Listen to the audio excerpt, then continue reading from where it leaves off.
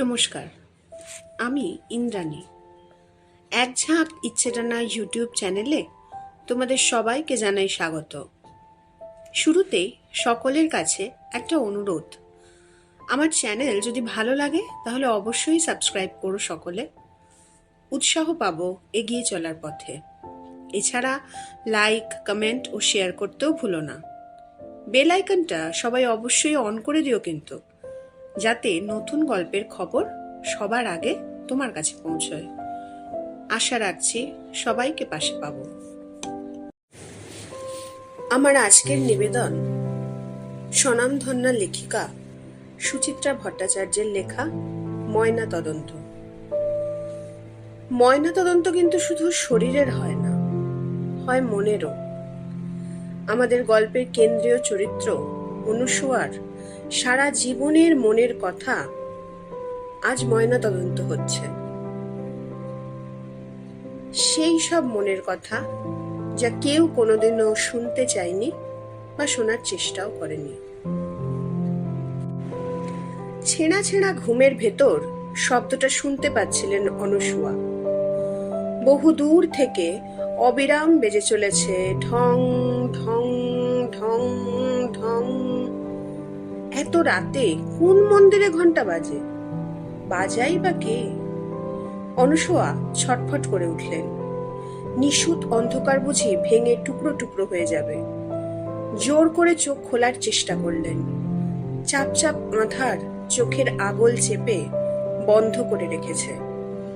মরিয়া হয়ে কান দুটোকে আরো সজাগ করলেন। হায় হরি, এ তো মন্দিরের ঘণ্টাধ্বনি নয়, এ ঘণ্টা যে বাজায় রামধন পাড়ে, তাদের স্কুলের সেই ভোজপুরি দারোয়ান।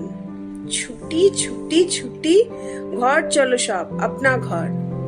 ঢোলা ঢোলা হাঁটু ছোঁয়া ফ্রক, মাথায় লাল রিবনের ধেবড়া ফুল, কাঁধে ঝোলা ব্যাগ মেয়েগুলো সব সঙ্গে সঙ্গে ছুটতে শুরু করেছে। পাঁই পাঁই ছুট। ছুটতে ছুটতেই ফ্রকগুলো কখন দেখ না দেখ শাড়ি হয়ে গেল। সবজে কালো ডুরের শাড়ি, টিয়া রং পেঁয়াজ পেড়ে শাড়ি। শাড়ির আঁচল কোমরে জড়িয়ে মেয়ের দল আবার ছুটছে। স্কুল বাড়ি পার হয়ে 3 মাথার মোড়, তারপর ঘোষালদের পোড়ো বাড়ি, তা পেরিয়ে খাদুর বাজার, রিক্সা স্ট্যান্ড, বাস রাস্তা, সবকিছু টপকে এসে মেয়ের দল গঞ্জের সীমানা পেরোল। পেরিয়েই সব ফেলে লম্বা ডুব সোজা মোহনদিঘির জলে। জল ছড়িয়ে কলকল লাফাচ্ছে, ঝাঁপাচ্ছে। দেখা দেখি অনুসুয়াও ডুব দিলেন। ডুব দিতেই মাগো মা, এ কি দৃশ্য! মোহনদিঘির গহীন জলে পরপর শুধু মানুষের মুখ। বারবার ডুব দিয়ে মুখগুলোকে চেনার চেষ্টা করলেন। এরা কারা? কোত্থেকে এলো? কেন বা এলো? টলমল করে ঢেউ নাচিয়ে জল অবিরাম লাফালাফি করে চলেছে। একটু স্থির না হলে তিনি বুঝবেনই বা কি করে? দূর পাগল, এ জল কি শান্ত হয় কখনো? এর মধ্যেই চিনে নিতে হয় যাকে চেনার। চিনতে চিনতেই বেলা ফুরোয়, চিনতে চিনতে সূর্যি ডোবে। চোখ ক্রমে আরো ঝাপসা হলো। আবার ঘন্টার ধ্বনি শুনতে পাচ্ছেন। পিছন ফিরে তাকালেন। ধ্বনি নয়, কে যেন দুহাত বাড়িয়ে ডাকছে, আয় আয় আয়। অনুসুয়া বললেন, যাই যাই যাই। চোখ খুলে গেল। ধরফরিয়ে বিছানায় উঠে বসলেন অনুসুয়া।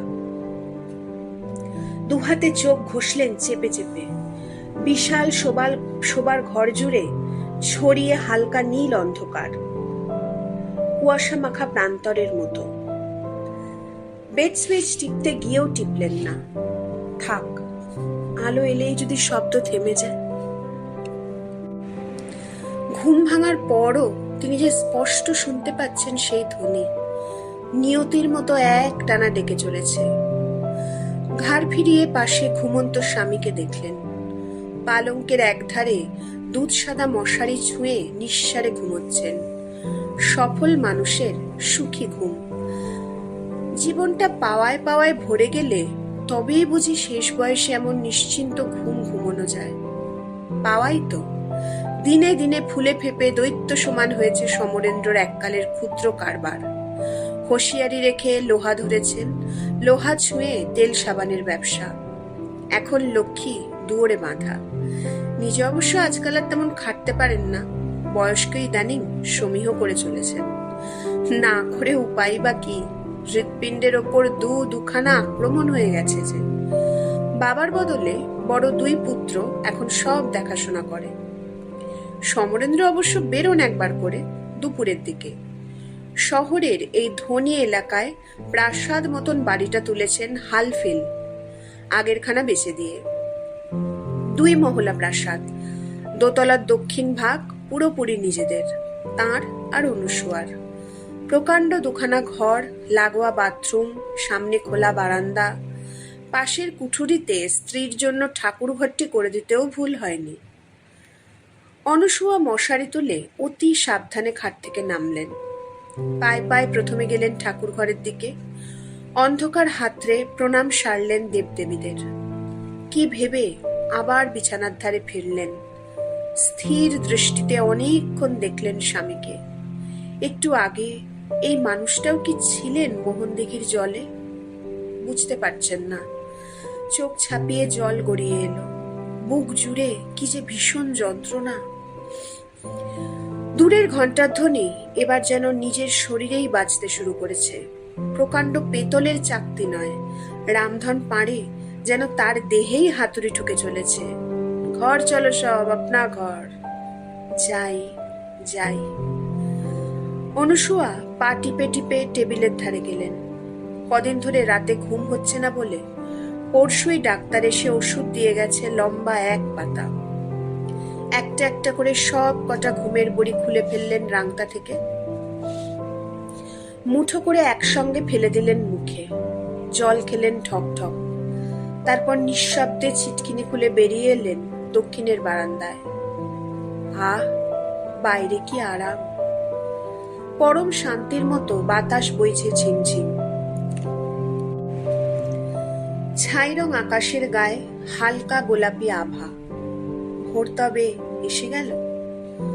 বারান্দার গ্রিলে হেলান দিয়ে অনুসুয়া বসে পড়লেন। শেষ রাতের ঘন ঘুমে গোটা বাড়ি থমথম করছে। প্রিয়জনদের নিঃশ্বাসের শব্দ কান পাতলেই শোনা যায়। চোখ বুঝবার আগে অনুসুয়া শেষবারের মতো দেখে নিলেন তার উথলে পড়া সংসারটাকে। আবার বললেন, যাই। নির্জন আলো আধারের কোলে মাথা রেখে ক্রমশ ঘুম থেকে আরো ঘুমে তলিয়ে যেতে থাকলেন অনুসুয়া। নিহারদার নাই। আজ সকালে 6 মাস পর সোনাডাঙ্গা হইতে সুরেশ আসিয়াছিল। কথা প্রসঙ্গে সে জানাইল, নিহারদা নাকি গত অগ্রহায়ণ মাসে ইহলোকের মায়া ত্যাগ করিয়া চলিয়া গিয়াছেন। শেষ দিকে হাঁপের টানে খুব নাকি কষ্ট পাইতেন। আশ্চর্যের বিষয় এই যে আমি শুনিয়াও প্রথমটা বুঝিতে পারি নাই সুরেশ কাহার কথা বলিতেছে। বুঝিবার পর সমস্ত শরীর অকস্মাৎ অসাড় হইয়া গেল। কেন এমন হইল জানি না। মনে হইতেছিল আমি যেন পাথর হইয়া যাইতেছি। কোন ক্রমে উঠিয়া ঘরে চলিয়া আসিলাম। হে ভগবান, এতদিন পর নিহারদার সংবাদ কেন পাইলাম? পাইলামই যদি, তবে তাহার মৃত্যু সংবাদ হইল কেন? এ কাহার মরণ, নিহারদার না অন্য কাহারও? মন অতিশয় চঞ্চল হইয়া উঠিয়াছে। জানি না ইহার পিছনে ওং নারায়ণের কোনো অভিপ্রায় আছে কিনা। বারংবার মনে হইতেছে নিহারদার সঙ্গে সঙ্গে আরো কিছু শেষ হইয়া গেল। কি তাহা? অথচ সত্য কথা বলিতে গেলে নিহারদার সহিত বহুকাল আমার কোনো যোগাযোগই নাই। খোকন হইবার কালে যখন সোনাডাঙ্গাতে গিয়াছিলাম, তখন বুঝি শেষ দেখা হইয়াছিল। দেখাই হইয়াছিল, কথা হয় নাই। সেও তো প্রায় 43 বৎসর আগেকার কথা। তাহার পর হইতে নিহারদার কথা ভাবিবার আর অবসর পাইয়াছি কই। নিত্য সংসারের মাঝে নিজেকেই পুরাপুরি বিস্তৃত হইয়াছিলাম। ভুলিয়া গিয়াছিলাম নিহারদাকেও। তবে আজ কেন এতদিন পরে চোখে জল আসে? নিজেকে বুঝি আর ধরিয়া রাখা যায় না। অফিস যাইবার পূর্বে উনি বারবার জিজ্ঞাসা করিতেছিলেন আমার কি হইয়াছে, শরীর খারাপ হইল কিনা। কি উত্তর দিব? নীরব রহিলাম, চিরকাল যেমন আছি। আমার এই নারী জন্ম তো শুধু নীরব থাকিবার জন্যই। আশ্চর্য! সমরেন্দ্র চোখ থেকে চশমা নামালেন। চোখের সামনে ছড়িয়ে থাকা আঁকাবাঁকা অক্ষরগুলোকে কেমন অবাস্তব মনে হচ্ছে। এসব কি অনুসুয়ারই লেখা? কবে লিখল?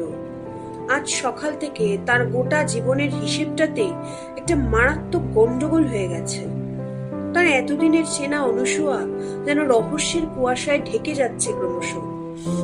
এতদিন পর ধূমকেতুর মতো এই নিহারদাটি বা উদয় হলো কোত্থেকে?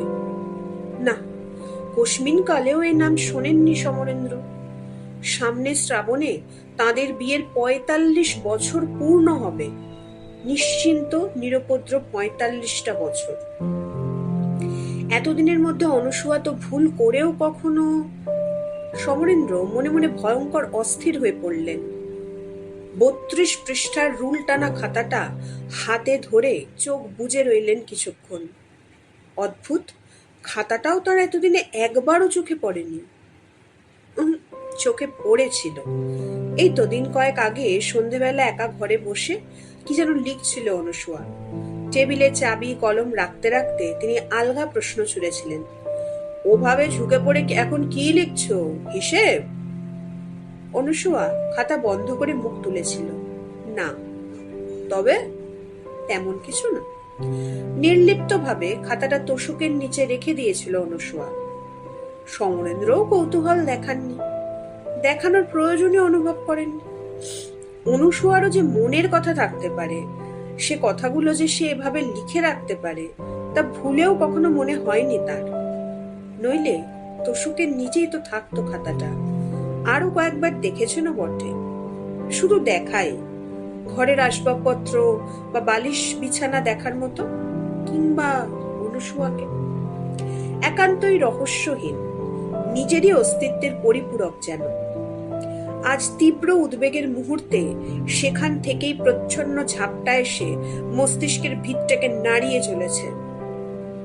বিশ্বাস হয় না, কিছুতেই বিশ্বাস হয় না।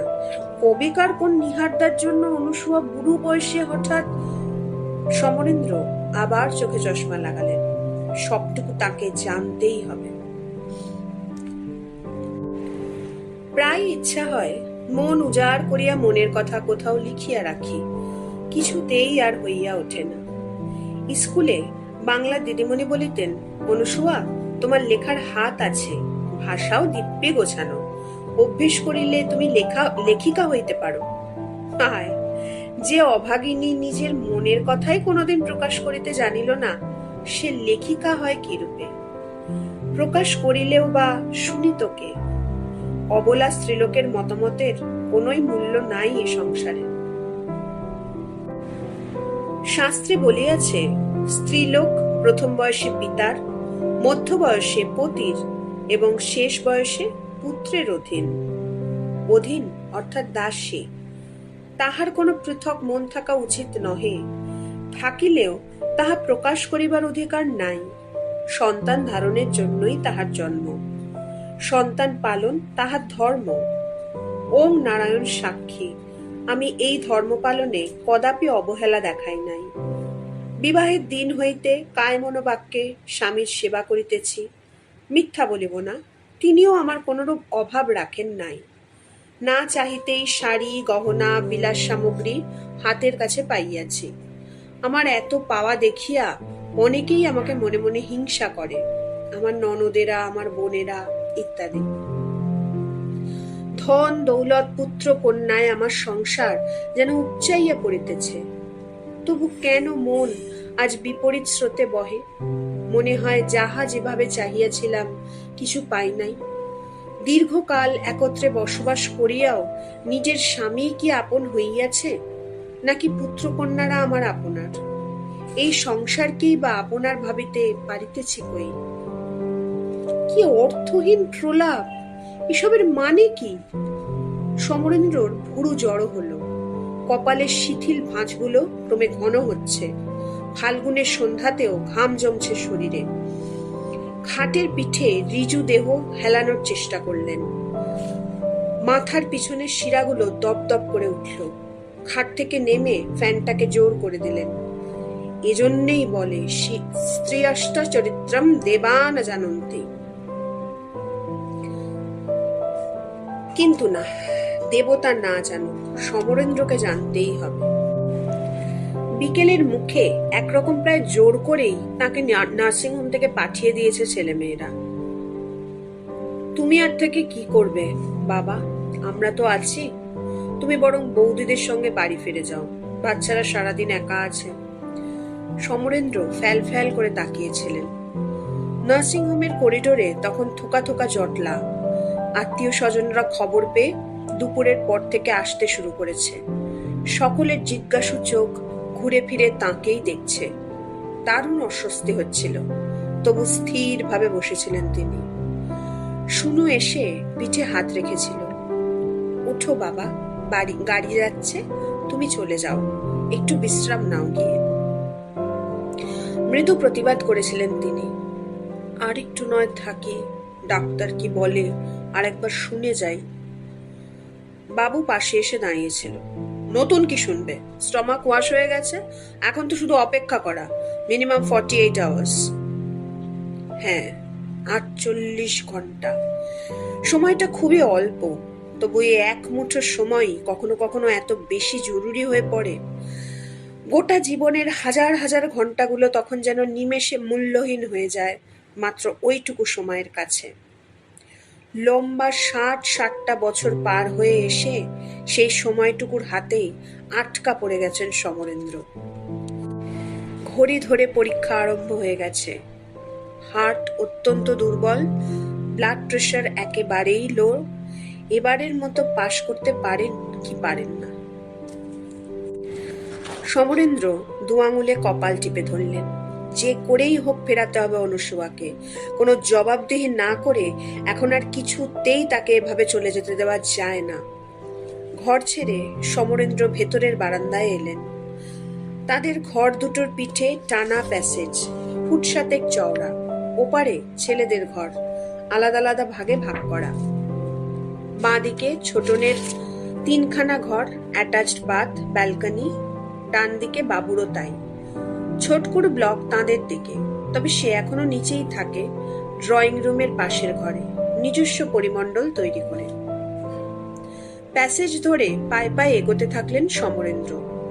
এই মুহূর্তে তার শখের প্রাসাদখানায় ভুতুড়ের স্তব্ধতা। এরকম নিশ্চিদ্র স্তব্ধতায় গা ছমছম করে। সমরেন্দ্র গলা ঝাড়লেন। নাতি নাতনিগুলো সব গেল কোথায়? বৌমারা? আরো এগিয়ে সিঁড়ি ঘুরে নিচে নামলে একতলায় খাবার ঘর, রান্নাঘর, দুখানা সাজগোজ করা পেল্লায় ড্রয়িং রুম। বাড়ির সকলে মনে হয় একতলাতেই জড়ো হয়েছে এখন। বুড়ো মানুষটা যে একা একা ওপরে রয়েছে সে কথা কি ভুলে গেল সকলে? সমরেন্দ্রর সামান্য অভিমান হলো এবার। ঝি চাকরগুলোও তো একবার ওপরে আসতে পারে।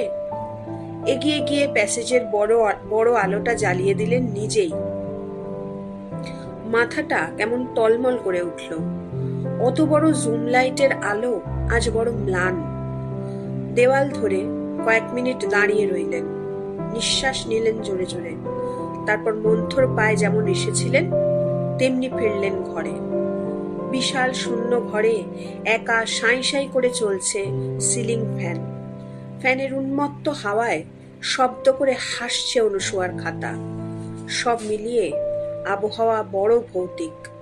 সমরেন্দ্রর বুক ঠিপ ঠিপ করে উঠল। বিছানা থেকে খামচা মেরে তুলে নিলেন উড়ন্ত পাতাগুলো। বার্ষিক পরীক্ষা শুরু হইতে তখন আর মাসখানেক বাকি। তাহার পরের বৎসরেই ম্যাট্রিক পরীক্ষা। একদিন স্কুল হইতে ফিরিতেই মা বলিল, তুমি কাল হইতে আর কোথাও বাহির হইবে না।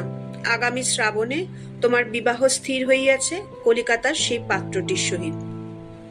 দিন কয়েক পূর্বে বাবা যে পাকা কথা বলিতে কাকাবাবুর সহিত কলিকাতায় গিয়াছিলেন তাহা জানিতাম। ইহার পূর্বেও বাবা আরো নানা স্থানে ঐরূপ কথা বলিতে গিয়াছেন, তবে সেগুলি কোনোটাই পাকিয়া উঠে নাই। পাকা হইবার পূর্বেই খাঁচা অবস্থায় ভূপতিত হইয়াছে। কলিকাতা সম্বন্ধটিও যে এই সেইরূপই হইবে এমন একটা দৃঢ় ধারণা আমার ছিল। সেই কারণে বিশেষ গুরুত্বও দিই নাই। কিন্তু মার কথা শুনিয়া ধারণা ভাঙিল। শুধু ধারণা নয়, মনে হইল হৃদয়টিও বুঝি ভাঙিয়া যাইবার উপক্রম হইতেছে। মা বলিলেন, কাল হইতেই তোমার আর স্কুল যাওয়া চলিবে না। বিস্মিত হইয়া জিজ্ঞাসা করিলাম, কেন? মা উত্তর করিলেন, কেন আবার কি, বিবাহ স্থির হইয়া গিয়াছে, এখন আর পড়াশোনা করিবার কোনো প্রয়োজন নাই। রাগ হইয়া গেল। জিদ করিয়া বলিলাম, তাহা কি রূপে সম্ভব? সামনেই পরীক্ষা, এখন স্কুল যাওয়া বন্ধ করিতে পারিব না। মা কঠোর হইলেন। সাহস থাকিলে সে কথা তোমার বাবাকে গিয়ে বলো। তিনি যা আদেশ দিয়াছেন তাহাই তোমাকে শুনাইলাম। এখন হইতে ড্যাং ড্যাং করিয়া রাস্তায় না বেড়াইয়া শরীর ফিরাইবার দিকে মন দাও। রোদে ঘুরিয়া কালো রং তো আরো কালো করিয়াছ। কাল হইতে প্রত্যহ মুগ ডাল বাটা, দুধের স্বর, ময়দা, বেসন মুখে মাখিতে হইবে। এইরূপ মুখের ছিরি দেখিয়াও তাহারা পছন্দ করিয়াছে, এই না ঢের। মুখ হইয়া গেলাম, মুখে কথা জোগাইল না। সত্য কথা স্বীকার করিতে সংকোচ নাই, নিহারদার প্রতি আকর্ষণ ছিল সত্য, তবে নিহারদাকে না পাইলে বাঁচিব না এমন কোনো উন্মাদনা ছিল না আমার। নিহারদাকে ভালো লাগিত, তাহার মূল কারণ নিহারদাই ছিল আমার নিকট বহির্বিশ্বের একমাত্র দরজা। জ্ঞান লাভের পীঠস্থান ছিল আমার সোনাডাঙ্গা বালিকা বিদ্যালয়। মনে বড় স্বপ্ন ছিল স্কুল পাশ করিয়া কলেজে পড়িব। আমাদের সোনাডাঙ্গার বেশ কয়েকজন মেয়ে তখন স্কুল পাশ করিয়া কলেজে আইএ বিএ পড়িতেছে। তাহারা কত ভাগ্যবতী! পড়াশোনা শিখিতে পারিলে মনের কত দরজা যে খুলিয়া যায়। যত পড়াশোনা করিতেছি এই নিখিল বিশ্ব সম্পর্কে কত কিছু জানিতে পারিতেছি।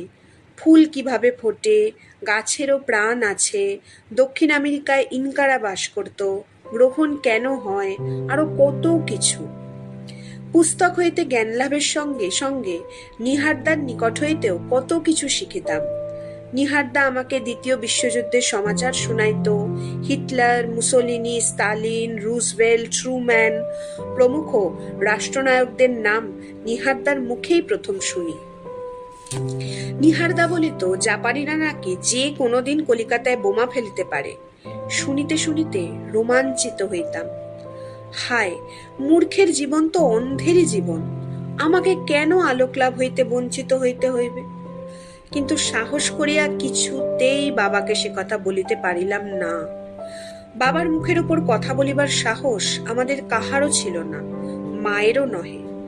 আমি বা স্বামীর মুখের উপর কয়টা কথা বলিতে পারিয়াছি?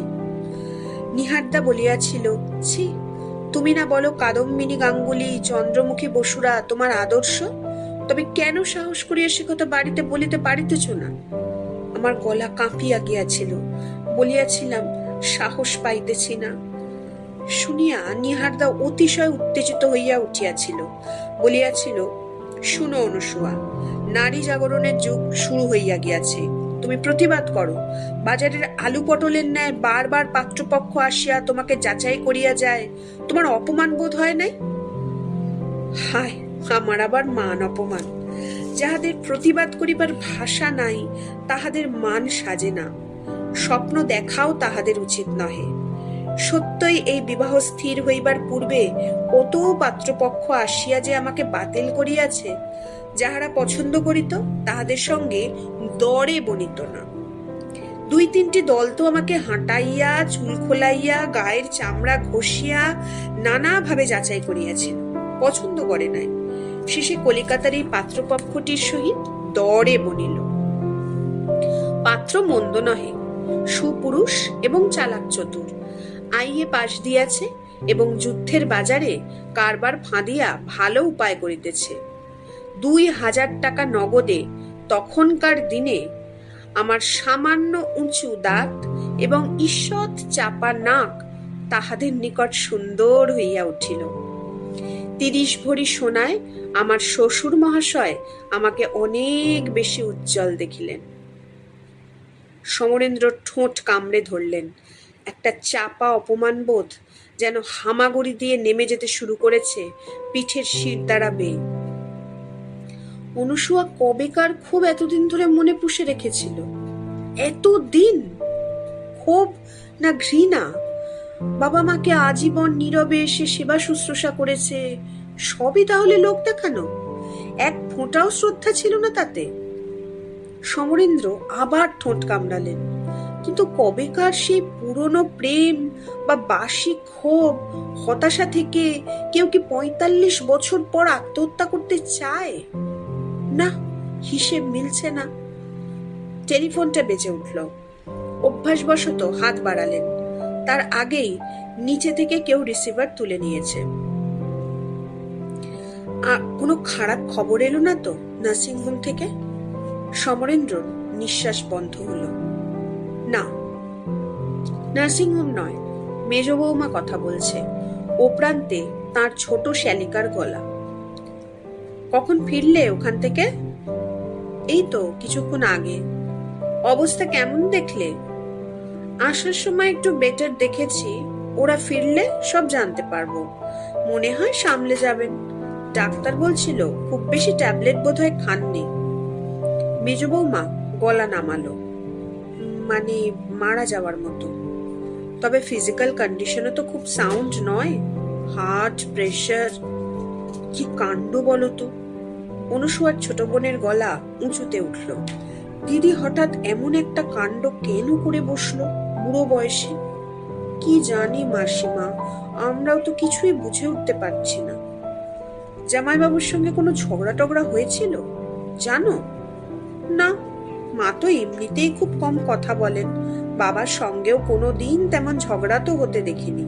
কি যে হলো! নির্ঘাত তাহলে মাথা খারাপ হয়ে গিয়েছিল। তোমরা আগে থেকে কেউ কিছু টের পাওনি? না মাসিমা, ভাবতে এত খারাপ লাগছে। আহারে, জামাইবাবুটার মনের অবস্থা কি হয়েছে একবার ভাবো তো। অনুসুয়ার বোনের গলায় সহানুভূতি ঝরছে। কোথাও কিছু নেই হঠাৎ কোত্থেকে? না না, মাথা খারাপই হয়েছিল। যাই হোক মাসিমা, বাবার মুখের দিকে কিন্তু তাকানোই যাচ্ছে না। মেজ বৌমার স্বর ভেজা ভেজা। একেই শরীরের এই অবস্থা, তার উপরে এরকম একটা বিশ্রী শক। তোমরা একটু জামাইবাবুর কাছে কাছে থাকো, আর ওরা ফিরলে আমাকে একটা ফোন করো, কেমন? সমরেন্দ্র শব্দ না করে খুব সাবধানে রিসিভার নামিয়ে রাখলেন। না, কোনো সহানুভূতি নয়, কারোর কোনো সমবেদনাও নয়। তার শুধু একটা প্রশ্নেরই উত্তর দরকার। জানতেই হবে কেন এমন একটা কাজ করে বসলো অনুসুয়া। না জানতে পারলে এক মুহূর্ত আর শান্তিতে বাঁচতে পারবেন না তিনি। বুঝতে পারছেন তাঁরই মতো ওই একটা প্রশ্ন সকাল থেকে কুড়ে কুড়ে ক্ষতবিক্ষত করে ফেলছে তার 5 ছেলে মেয়েকেও। বৌমারা হতবাক। দুষ্টু নাতি নাতনির দল শব্দ করা ভুলেছে। ছি ছি ছি, কি অপমান, কি লজ্জা! এরপর 5 জনের কাছে তারা মুখ দেখাবেন কি করে? দুনিয়ার শুদ্ধ লোক নিশ্চয়ই কৌতূহলী চোখে শুধু তাঁদেরই দেখছেন। মান সম্মান সব ধুলোয় লুটিয়ে গেল। সকালে নার্সিংহোমে শুনুটা কেঁদেই চলেছিল একটানা। নিশ্চয়ই কিছু হয়েছিল মার, নিশ্চয়ই। কি হতে পারে বল? নিজের মনে বিড়বিড় করে উঠেছিলেন তিনি। তুমি কিছু বলনি মাকে? শুনু ঘুরে বসেছিল। তোর কি মনে হয়? জানি না, বলো না, তোমার সঙ্গে সত্যি কি কিছু হয়েছিল মার? কি হবে? কোনো ঝগড়া রাগারাগি? না। বেশ কঠিন ভাবে উত্তর দিয়েছিলেন তিনি। শুনু কি এই ঘটনার জন্য তাকেই দায়ী করতে চাইছিল? বুঝতে পারছিলেন না। সেই কারণে রেগে উঠেছিলেন দপ করে। তুই কি ভাবছিস আমি কিছু বলেছি বলেই? রাগ করছো কেন? শুনু কান্না ভুলে মাথা রেখেছিল তার কাঁধে। আমি শুধু কারণটা খোঁজার চেষ্টা করছি। সমরেন্দ্র কোনো কথা বলেননি আর। শুনু আবার মাথা তুলেছিল। আচ্ছা, দাদা বৌদিদের সঙ্গে কি কিছু হয়েছিল? কেউ কিছু বলেছিল মাকে? মনে তো হয় না। এরপর আমরা কি কৈফিয়ত দেব লোকজনকে? শুনু ডুকরে উঠছিল নতুন করে। কেন মা কোনো কারণ ছাড়াই সত্যি কি কোনো কারণ ছাড়া? কিছুতেই কিছু মাথায় ঢুকছে না সমরেন্দ্রর। এই খাতাটাতেই সমরেন্দ্র ঝুঁকে পড়ে আবার খাতায় চোখ রাখলেন। মনে মনে প্রতিজ্ঞা করিয়াছিলাম, আমার কন্যা সন্তান হইলে কখনো তাহাদের এইরূপ অসম্মানজনক রীতির শিকার হইতে দিব না। তাহাদের স্বাবলম্বী করিয়া গড়িয়া তুলিব। শুধু নারী নয়, তাহারা যেন নিজেদের একটি পরিপূর্ণ মানুষ বলিয়া ভাবিতে শেখে। ঝুনু ও শুনু দুজনেই বিয়ে পাশ করিয়াছে। বাহিরের জগৎ সম্বন্ধে যথেষ্ট জ্ঞানও তাহাদের আছে। দুই মেয়েকে প্রকৃত মানুষ করিয়া তুলিবার জন্য প্রথম থেকেই আপ্রাণ চেষ্টা করিয়াছি।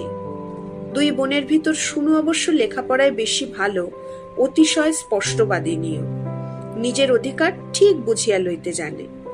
তাহার তুলনায় ঝুনু কিঞ্চিৎ ভীরু প্রকৃতির এবং শান্ত। ঝুনুর ভিতর আমি নিজেরই প্রতিচ্ছবি যেন কিছুটা দেখিতে পাই।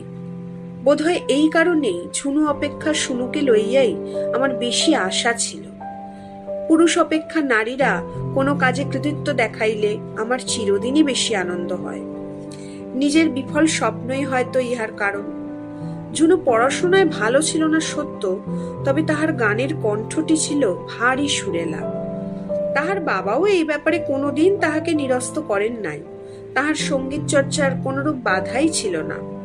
প্রথম বাধা ছিল যখন সে গীতশ্রী হইবার পর একটি স্কুলে মিউজিক টিচারের চাকুরি লইল। তাহার বাবা এবং বড় দাদা সদর্পে ঘোষণা করিল, গানের মাস্টারি করিবার জন্য তোমাকে গান শেখানো হয় নাই। ঝুনু একমত হয় নাই। আমিও আকুল ভাবে চাহিয়াছিলাম ঝুনু এইরূপ হাস্যকর রক্ষণশীলতার কিছু অন্তত প্রতিবাদ করুক। সৌভাগ্যের কথা, ঝুনু তাহা করিয়াছিল। সেই আমার জীবনের প্রথম সুখ। ও, ঝুনুর পিছনে তাহলে সেদিন অনুসুয়া ছিল। সমরেন্দ্র চোয়াল নিজেরই অজান্তে শক্ত হলো। সূক্ষ্ম অপমান বোধটা এবার টুকরো টুকরো রাগ হয়ে ছড়িয়ে যাচ্ছে মুখে। তাই সেদিন ঝুনুর অত তেজ। যে মেয়ে কোনোদিন বাবার মুখের ওপর কথা বলেনি, সে ঘাড় শক্ত করে সরাসরি প্রশ্ন ছুড়ল, আমাকে তাহলে গান শেখানো হয়েছিল কি জন্য জানতে পারি কি? নিশ্চয়ই জানতে পারো। সমরেন্দ্রর আগে খোকন ঝাঁপিয়ে উঠেছিল। ভদ্রঘরের মেয়েরা গান শেখে নিজেদের আনন্দের জন্য, একটা কিছু শিখতে হয় সেই জন্য। আমি মানি না। ঝুনু তর্ক চালিয়ে গিয়েছিল মুখে মুখে। তার থেকে বলো না কেন, বিয়ে দিতে গেলে গান একটা এক্সট্রা কোয়ালিফিকেশন, সেই জন্যই শিখিয়েছ। বেশ, তাই যদি মনে করিস তাই। খোকন গলা চড়িয়েছিল। ভালো ঘরের মেয়েরা কখনো গানের মাস্টারি করে না। তাছাড়া তোর গান শিখিয়ে রোজগার করার কি প্রয়োজন? কিসের অভাব আছে তোর? সরি দাদা, চাকরিটা আমাকে নিতেই হবে। আমি কথা দিয়ে ফেলেছি। তোর কোনো যুক্তিই মানতে পারছি না। চিরদিনের শান্ত ঝুনু কেন যে সেদিন অত রুখে উঠেছিল তা যেন এখন একটু একটু করে বুঝতে পারছেন সমরেন্দ্র। কারুর পরোক্ষ মদত না থাকলে এটা কখনো হয়? খোকনের মুখের ওপর কথা বলা দেখে তিনি সেদিন চিৎকার করে উঠেছিলেন, চুপ! আর একটাও কথা নয়। এ বাড়িতে আমি যা বলবো তাই হবে। গানের মাস্টারির করার কথা ভুলেও কোনোদিন উচ্চারণ করবে না। ঝুনু ঝমঝম করে ঘরে ঢুকে দরজা বন্ধ করেছিল। মেয়ের স্পর্ধা দেখে সত্যি স্তম্ভিত হয়ে গিয়েছিলেন সমরেন্দ্র। না, মেয়ে অবশ্য তারপর আর গান শেখাতে যায়নি। তবু তিনি 3 মাস কথা বলেননি মেয়ের সঙ্গে। প্রথম কথা বলেছিলেন ভবানীপুরের সম্বন্ধটা পাকাপাকি করে আসার পর। কাল বাড়ির থেকে কোথাও বেরোবে না, তোমাকে বিকেলে দেখতে আসবে। সমরেন্দ্রের ঠোঁটের ফাঁকে বাঁকা হাসি দেখা দিল। অন্যমনস্কভাবে মিটিমিটি হাসছেন। অনেক বড় বড় কথা শুনেছেন তিনি। All rubbish. মেয়েরা মূলত লোভী এবং বিলাসপ্রিয়। তিনি ঠিক বুঝেছিলেন একবার বড় লোকের বউ হয়ে যেতে পারলে ঝুনুর গানের মাস্টারের ইচ্ছের উত্তাপটা 2 দিনে বাষ্প হয়ে উড়ে যাবে। গেছেও। যত শিক্ষিত যত আধুনিকই হোক না কেন, বিয়ের লাড্ডু দেখলে জিভ লক লক করে না এমন মেয়ের সংখ্যা 1 আঙুলেই গুনে ফেলা যায়। মৃদু মাথা দুলিয়ে সমরেন্দ্র চটি খাতার পাতা উল্টালেন। ঝুনুর বিবাহ স্থির হইবার পূর্বে ওনাকে বলিয়াছিলাম, ঝুনু বড় হইয়াছে, দিন স্থির করিবার পূর্বে একবার তাহার মত লইবে না। উনি ক্রুদ্ধ হইয়াছিলেন। তাহার আবার মতামত কি? আমরা কি তাহাকে জলে ফেলিয়া দেব? ঝুনু জলে পড়ে নাই। শিশির সুপাত্র, বড় বংশ, উত্তম অবস্থা, যতদূর জানি বদ সংসর্গ নাই, হিসাবী এবং চতুর বলা যায়। ঝুনুর প্রকৃতই ভালো বিবাহ হইয়াছে। শুধু একটি দুঃখ, যে ঝুনু সেদিন এক কথায় পাত্রপক্ষের সম্মুখে সাজিয়া গুজিয়া বসিতে বিন্দুমাত্র বিব্রত বোধ করে নাই। তাহারা ঝুনুকে হাঁটাইয়া হাত ঘষিয়া পরখ করে নাই বটে, তবে বাজারে সাজানো উত্তম ফুলকপিটির ন্যায় তাহাদের সম্মুখে বসাইয়া রাখিয়াছিল। প্রতি মুহূর্তে ভাবিতেছিলাম, এই বুঝি ঝুনু বাঁকিয়া বসিল। শত হোক, যুগের পরিবর্তন হইয়াছে, মেয়েরা সর্ববিষয়ে কত স্বাধীন এখন। কিন্তু সেরূপ কিছুই হইল না। একদিনই প্রতিবাদে মুখর হওয়া ঝুনু বিবাহের নামেই মোমবাতির মতো গলিয়া পড়িতে লাগিল। দিন স্থির হইবার পর সে যেন আহ্লাদে আটখানা। শিশিরের বাবা 50,000 টাকা পণ লইলেন। ঝুনু শুনিয়াও শুনিল না। নিজের শাড়ি গহনার ডিজাইন পছন্দ করিতে লাফাইতে লাফাইতে দোকানে ছুটিল। হায়, এই তবে যুগের পরিবর্তন, এই তবে আধুনিকতা। বিবাহের শাড়ি গহনা পছন্দ করিবার স্বাধীনতাই তবে নারীর স্বাতন্ত্র্য বোধ। বুঝিলাম, ঝুনুর জন্ম বিফলে গিয়াছে। তাহার আর কোনরূপ বিকাশ সম্ভব নহে। সন্তান প্রসব ব্যতীত সে আর এক জীবনে কিছুই করিতে পারিবে না। বিবাহের পর সঙ্গীতকে সে পরিত্যাগ করিয়াছে। যতদূর জানি তাহার সঙ্গীত চর্চায় তাহার স্বামী অথবা শ্বশুর শাশুড়ি কাহারও বিশেষ আপত্তি ছিল না। কিছুদিন পূর্বে শিশিরই একদিন কথায় কথায় দুঃখ করিয়া বলিয়াছিল, আমাদের বাড়িতে হারমোনিয়াম তানপুরা পড়িয়া থাকে, আপনার মেয়ে একদিনও ছুঁইয়া দেখে না। আমি ম্লান হাসিয়াছিলাম।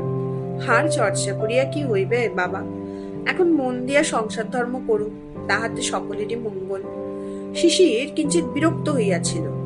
সংসারে কিছুই তেমন করিতে হয় না ঝুনুকে, মেয়েটাও তো সারাদিন আয়ার কাছেই থাকে। তাহা হোক বাবা। আমিও যেন তর্ক করিতে বদ্ধপরিকর হইয়াছিলাম। সঙ্গীত সাধনার বস্তু। এক সাধনায় প্রকৃত ব্রতী হইতে গেলে অন্য সাধনায় ব্যাঘাত ঘটে। শিশির একমত হয় নাই। তর্কের খাতিরে আরো অনেক কথা বলিয়াছিল। শুনিতে শুনিতে মন্দ লাগে নাই। কখন তাহাকেই সমর্থন করিয়া দুঃখ প্রকাশ করিতে শুরু করিয়াছি। হঠাৎ ঝুনু ঘরে আসিল। আলোচনার সারবস্তু শুনিবার পর তাহার মুখ কেমন কালো হইয়া উঠিল। গম্ভীরভাবে বলিল, আমার আর গান ভালো লাগে না। আমি বিস্মিত হইয়া গেলাম। ওইরূপ স্বরে কেন বলিল ঝুনু? সত্যই গান ভালো লাগে না, না ইহার আমার কন্যার কোনো গোপন অভিমান? জানি না, তবে এইটুকু বুঝিয়াছি যে ঝুনু ইদানিং সঙ্গীত চর্চা অপেক্ষা রূপচর্চায় অধিক মনোযোগী। ঝুনুর ফুটফুটে কন্যাটি যখন বড় হইবে, তখনও কি কোনো পরিবর্তন হইবে না মানসিকতার, জীবনধারার? কবি আর পাগলামির একটা সীমা থাকা উচিত। সমরেন্দ্র খাতাটাকে ছুঁড়ে দিলেন বালিশের ওপর। পাতাগুলো বালিশে শুয়ে খিলখিল হাসছে, ব্যঙ্গ করছে। সমরেন্দ্র নিজের চুল মুঠো করে চেপে ধরলেন। বিয়ের পর থেকে অনুসূয়া ছায়ার মতো রয়েছেন তার পাশে। সমরেন্দ্র সেভাবে তাকে খেয়ালই করেননি কোনোদিন। কে আর কবে ছায়াকে লক্ষ্য করে? ছায়া ছায়াই আছে, থাকবেও, এরকমই ধারণা ছিল সমরেন্দ্র। ছায়ার পৃথক অস্তিত্ব করার চেষ্টা হাস্যকর পাগলামি ছাড়া আর কি বা হতে পারে? সমরেন্দ্র বিছানা ছেড়ে উঠে দাঁড়ালেন। অস্থির পায়ে চলে এলেন দক্ষিণের বারান্দায়। অন্ধকার নেমে এসেছে অনেকক্ষণ। সামনের রাস্তার আলোগুলো সব জ্বলজ্বল করছে। নিচে গেটের এপাশে প্রশস্ত মনোরম বাগান, চাইনিজ গ্রাসের সবুজ লন, নরম মখমলের মতো। মালি এসে নিত্য পরিচর্যা করে যায়। পাঁচিলের গায়ে ঝি চাকরদের ঘর, সেখান থেকে পাতলা আলো গড়িয়ে আসছে বাগানে। গোলাপ রজনীগন্ধার গায়ে আবছায়া। সমরেন্দ্র চোখ দুটো দপদপ করে উঠল। কার জন্য করেছেন এসব তিনি? এই শখের বাগান, এত বাড়ি গাড়ি অর্থ কার সুখের জন্য? তবু অনুসুয়া লিখেছেন তিনি নাকি কিছুই পাননি। মেয়ে মানুষের মাথায় উল্টো পাল্টা চিন্তা ঢুকলে এই পরিণতিই হয়। এসব উদ্ভট ভাবনা নিশ্চয়ই কেউ মাথায় ঢুকিয়েছিল, না হলে শান্ত নিরীহ স্ত্রীলোকের মাথায় এত সব জটিল দুঃখ আসে কি করে? অনুসুয়াকে বুদ্ধি দেবার মতো তবে কি কেউ? সমরেন্দ্র পিঠ সোজা করলেন। তাদের দুটো গাড়ি ফিরছে। নিঃশব্দে গেটের সামনে পরপর এসে দাঁড়ালো। রাগ সরে গিয়ে আচমকা ভয় ভর করল শরীরে। হঠাৎই যেন মনে পড়ল, যাকে নিয়ে এত চিন্তা, রাগ, গবেষণা, তিনি এখন দাঁড়িয়ে আছেন মৃত্যুর দরজা ধরে। যে কোনো মুহূর্তে ফাঁকি দিয়ে পালিয়ে যেতে পারেন। প্রথমে নেমেছে ঝুনু। নেমেই ওপর দিকে তাকিয়েছে। সমরেন্দ্র রেলিং খামচে ধরলেন। ঝুনু গলা ওঠালো, ভালো আছে, আসছি। সমরেন্দ্র জোরে শ্বাস নিলেন। ঝুনুর পর নামলো ছোট জামাই, সঙ্গে 3 নাতি নাতনি। এবারে শিশুরাও আজ সব নির্বাক। বাবুর দুষ্টু ছেলেটা পর্যন্ত সকাল থেকে সারা শব্দ করছে না। নাতি নাতনিদের পর পিছনে গাড়ি থেকে নেমেছে সুনু, খোকন আর 2 ভাগ্নে। সকলেরই মুখ শুকনো। অনুসুয়া প্রত্যেকের মুখেই ভালো করে চুনকালি মাখিয়ে দিয়েছে। সমরেন্দ্র দাঁতের দাঁত ঘষলেন। রাগটা আবার গাঢ় হচ্ছে। ছেলে মেয়ে আত্মীয় স্বজন কারুর মান সম্মানের কথা ভাবলো না অনুসুয়া একবারও? ওরকম একটা কাজ করার আগে রাগে রেলিং এর ওপর ঘুষি মারতে উদ্যত হয়েছেন। তখনই ঝুনু এসে পাশে দাঁড়ালো। কি হলো বাবা, শরীর খারাপ লাগছে? সমরেন্দ্র ঢোক গেলে নিজেকে সামলালেন কোনো রকমে। ঝুনু আরো কাছে সরে এলো। ওষুধ খাবে কিছু? সমরেন্দ্র দুদিকে মাথা নাড়ালেন। কিছু খেয়েছো? হ্যাঁ, অনেক কষ্টে এবার শব্দ এলো গলায়। ইচ্ছে করছিল না, বড় বৌমা জোর করে। ভালো করেছে। ঝুনু বারান্দার আলো জ্বাললে। তোমার চোখ মুখ মোটেই ভালো লাগছে না। ইস, মুখে একটা কালো ছোপ পড়ে গেছে। দূর, আমি ঠিক আছি। সমরেন্দ্র হাসার চেষ্টা করলেন। হ্যাঁ রে, ডক্টর ব্যানার্জি আর এসেছিল? উনি তো বারবারই আসছেন। এই তো আমরা আসার আগেও একবার। কি বলল? একই কথা। ঝুনু দীর্ঘশ্বাস ফেলল। 48 ঘন্টা না গেলে। বলতে বলতে হাত রাখলো বাবার বুকে। তুমি ভেবো না বাবা, মা ঠিক হয়ে যাবে, আমার মন বলছে। সমরেন্দ্র মাথা দোলালেন। ঝুনু ঠিক তার ব্যথার জায়গায় যেন হাত বুলিয়ে দিচ্ছে। ভালো লাগছে, খুব ভালো লাগছে। এখন এরকম একজন কাউকেই দরকার ছিল। তবু কেন যে গলার কাছে কান্না ডেলা পাকায়? কান্না না অন্য কিছু? ঝুনুকে বলবেন নাকি মায়ের নোট খাতাটার কথা? সমরেন্দ্র আবার ঢোক গিললেন। তোকে একটা কথা জিজ্ঞেস করব। কি? বিয়ের পর তুই সুখী হয়েছিস তো? মনে কোনো ক্ষোভ নেই? একথা জিজ্ঞেস করছো কেন? ঝুনুক চোখ ঘোরালো। বুঝতে পারছে বাবা মায়ের প্রসঙ্গেই যেতে চাইছেন। হাসলো নরম করে। আমরা খুব ভালো আছি বাবা। তোমার জামাই ওরা কি ওখানেই থেকে গেল? দুম করে প্রসঙ্গান্তরে চলে গেলেন সমরেন্দ্র। আর কে আছে? ওরা তো রাত্রিরে ওখানেই থাকছে। ও, মেজদা আর ছোটকু। মেজদার গাড়িটাও রাখা থাকবে ওখানে। ও, তোমাকে এ নিয়ে ভাবতে হবে না তো। ঝুনু বাবার হাত ধরে টানলো। চলো, একা না দাঁড়িয়ে থেকে, নিচে সবাই আছে, একটু কথা বলবে চলো। না রে, ভালো লাগছে না। তোরা বরং এবার কিছু খেয়ে দে নে। সকাল থেকে তো। বাচ্চাদেরও খাইয়ে দিস। আর তুমি? আমি একটু শুয়ে থাকি। সমরেন্দ্র মেয়ের মাথায় হাত রাখলেন। এমনিই শুয়ে থাকবো। তাহলে বৌদিদের বলি ওপরেই তোমার খাবার পাঠিয়ে দিতে, কেমন? না। সমরেন্দ্র মাথা নাড়লেন। আজ আর কিছু খাবো না। তা কি করে হয়? ঝুনু আলগা গিন্নিপনা দেখালো। কিছু না খাও, একটু দুধ বা হরলিক্স খেতে হবে। তুমি চুপ করে শুয়ে থাকো, আমি ওপরে পাঠিয়ে দিচ্ছি। ঘরে ঢুকে মায়ের মমতায় বড় মেয়ে বিছানা বালিশ ঠিক করে দিল। সমরেন্দ্র টান টান দাঁড়িয়ে রইলেন। না, ঝুনু খাতাটা খেয়ালই করলো না। আলগোছে তুলে গুছিয়ে রাখলো সাইড টেবিলে। যেতে গিয়েও কি ভেবে থমকে দাঁড়ালো, তারপর দ্রুত বেরিয়ে গেল ঘর থেকে। সমরেন্দ্র বালিশে মাথা রাখলেন, অন্যমনস্কভাবে হাত বাড়ালেন খাতার দিকে। আঁকাবাঁকা ছাঁদের লেখাগুলো তীব্রভাবে টানছে তাকে, মাকড়সার বিষাক্ত রসের মতো। ভাবিয়াছিলাম সাংঘাতিক কিছু ঘটিয়া যাইবে, প্রচন্ড কোনো বিস্ফোরণ, অথবা তাহা অপেক্ষাও মারাত্মক কিছু, কিন্তু তেমন কিছুই হইল না। সব শুনিবার পর উনি শান্তভাবে ব্যাপারটা মানিয়া লইলেন। না মানিবার যুক্তিও অবশ্য ছিল না। সুদীপ্ত ছেলে ভালো, এমকম পাস, ব্যাংক ম্যানেজার, তবু দুইটি বাধা তো ছিলই। এক, সুদীপ্তরা নিতান্তই মধ্যবিত্ত শ্রেণীর, দুই, তাহারা ব্রাহ্মণ। শুনই দিব্য নিঃসংকোচে নিজেই বাবাকে তাহার পছন্দের কথা জানাইল, স্পষ্ট কণ্ঠে ঘোষণা করিল সে সুদীপ্তকেই বিবাহ করিবে। আমি প্রথমে ছেলেদের বলিয়াছিলাম তাহারাই যেন কথাটা ওনাকে জানায়, কেহই রাজি হয় নাই। খোকন বাবু তো পরিষ্কার ভাষায় তাহাদের অমত জানাইয়াছিল। যেখানে ঝুনু কিংবা বৌমারা মুখ খুলিতে সাহস পাইল না, সেখানে আমি কথা বলি কোন ভরসায়?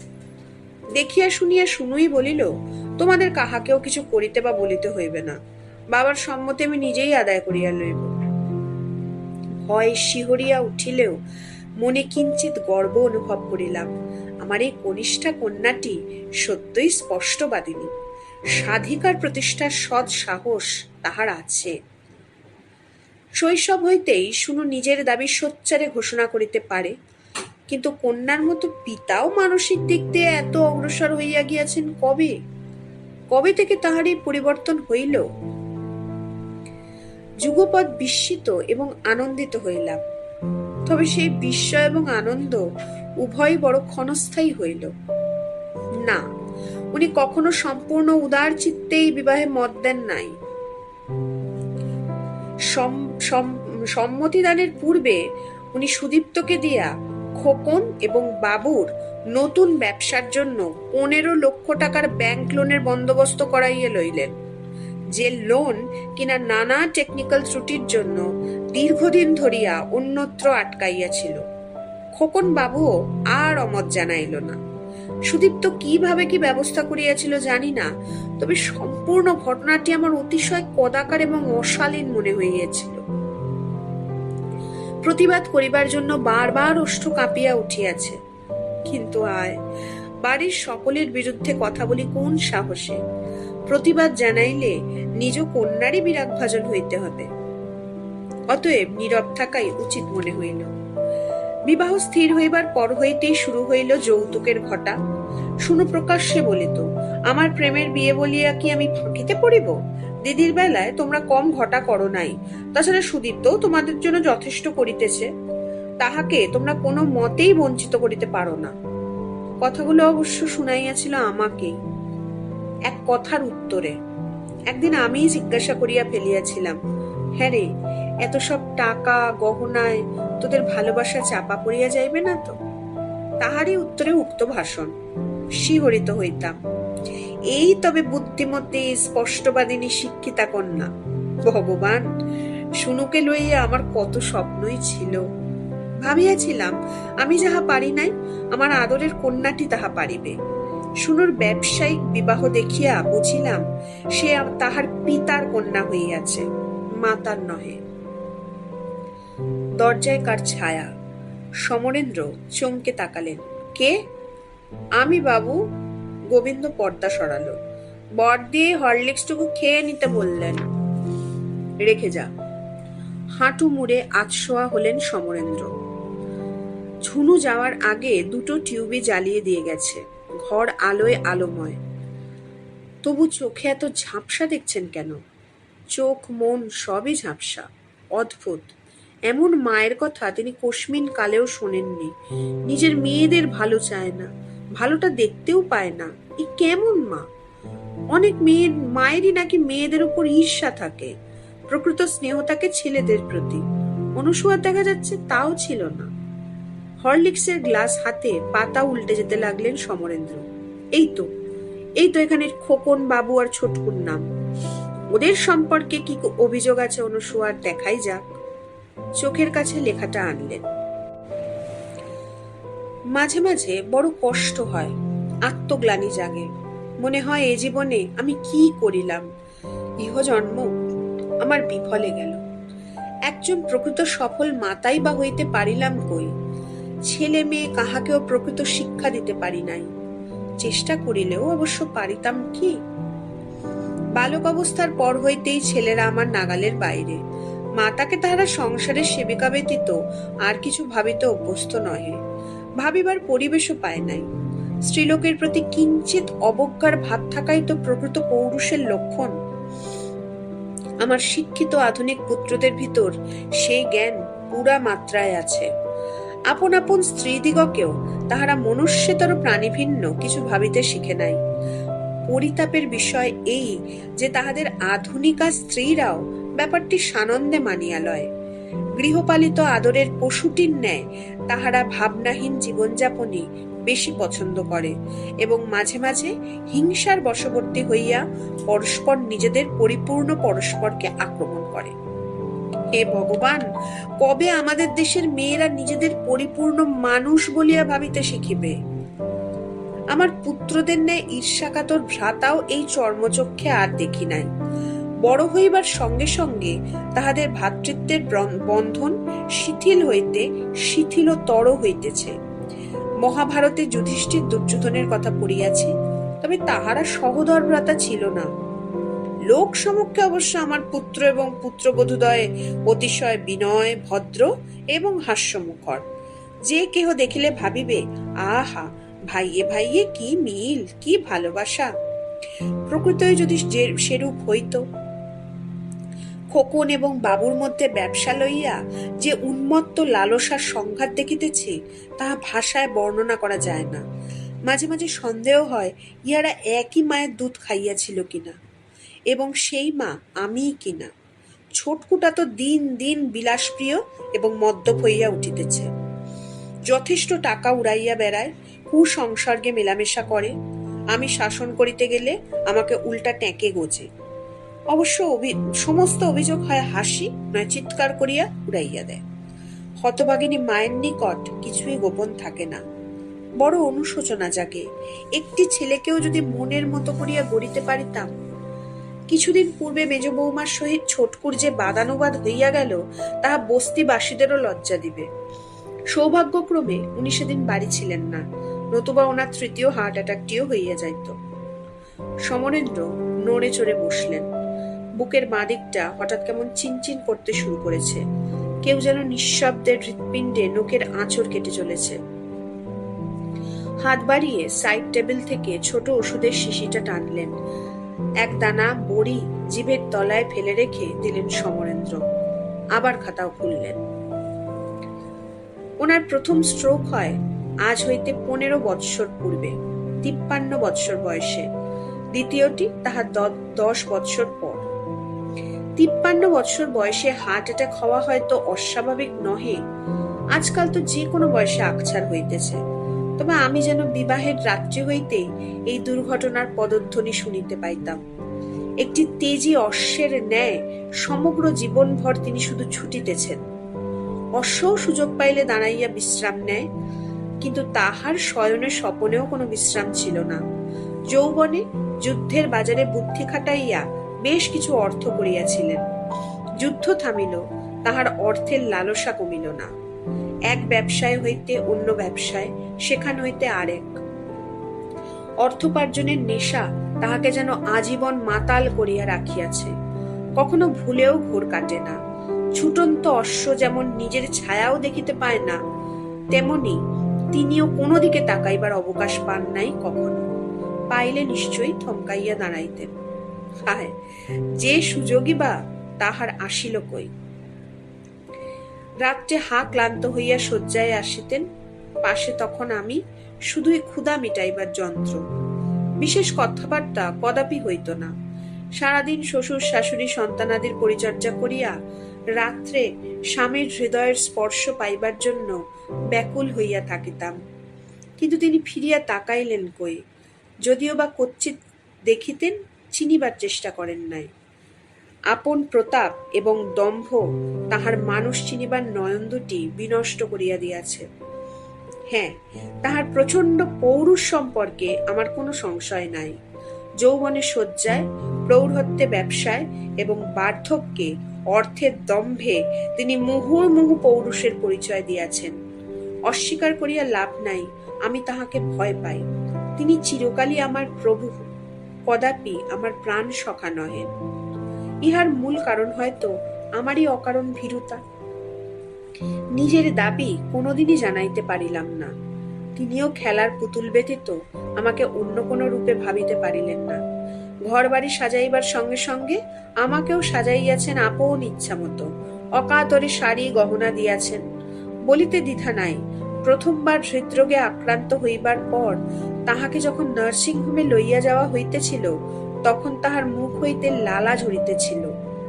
এত কামনা, এত বাসনার পরিণতি তবে এই ভাবিয়া বারবার শিহরিয়া উঠিয়াছি। তবু বারবার ভগবানের নিকট প্রার্থনা করিয়াছি, হে ঠাকুর, ওনাকে সুস্থ করিয়া দাও, কারণ যাহাই হোক তিনিই আমার ইষ্ট দেবতা, আমার প্রাণের প্রাণ। ওং নারায়ণ তাহাকে দীর্ঘজীবী করুন। সমরেন্দ্র বুকের ওপর খাতাটা রেখে চিত হয়ে শুলেন। বিস্ময় থেকে আরো বিস্ময় ক্রমশ তলিয়ে যাচ্ছেন যেন। স্ত্রী সম্পর্কে এতদিনকার ধ্যান ধারণা এক সন্ধ্যার ধাক্কায় ভেঙে চুরমার হয়ে যাবে কে জানতো? কিংবা আদৌ কি কোনো ধারণা ছিল তার? সমরেন্দ্র বুঝে উঠতে পারছেন না বলে আরো অধৈর্য হয়ে উঠছেন। ঠিক কোন অতৃপ্তিটা অনুসূয়াকে আত্মহত্যার দিকে ঠেলে দিল জীবনের শেষ লগ্নে এসে? বুকের চিনচিন ভাবটা বাড়ছে যেন। ফ্যান আরো জোর করা দরকার। ওঠার মতো বল পাচ্ছেন না শরীরে। কপালে হাত চেপে শুয়ে রইলেন চুপচাপ। এতক্ষণে দোতলায় ছেলে মেয়েদের গলা পাওয়া যাচ্ছে। খোকন টেলিফোন করছেন কাউকে। কত রাত এখন? মেজ বৌমা চাপা গলায় ছেলেকে ধমকে উঠল, আহ, একদম শব্দ করবে না, দাদুর ঘুম ভেঙে যাবে। শুনুর গলা শোনা গেল, বাবার ঘরে আজ রাতে কারোর কিন্তু শোয়া দরকার। দিদি, তুই শুবি নাকি বুবলিকে নিয়ে, নাকি আমি? কে যেন বলে উঠল, একটা ট্রাঙ্কুলাইজার খাইয়ে দিয়ে এসো না, ওরকম একটা শক পেয়েছেন। তোমরা কিছুক্ষণ বাবার কাছে গিয়ে বসো তো, উনি না ঘুমিয়ে থাকেন। সমরেন্দ্র বুক চেপে চকিতে উঠে দাঁড়ালেন। এক্ষুনি দরজাটা বন্ধ করে দেওয়া দরকার, এক্ষুনি। ওরা এদিকে আসার আগেই। এখনো শেষ 3টে পাতা পড়া বাকি রয়ে গেছে। আমি আমার ভাগ্যের জন্য কাহাকেও দোষী করি না। আমার চারিত্রিক অক্ষমতাই সমস্ত কিছুর জন্য দায়ী। যদি সরব হইতাম, যদি প্রতিবাদ করিবার সাহস থাকিত, জীবনের পথ এত গ্লানিময় হইত না।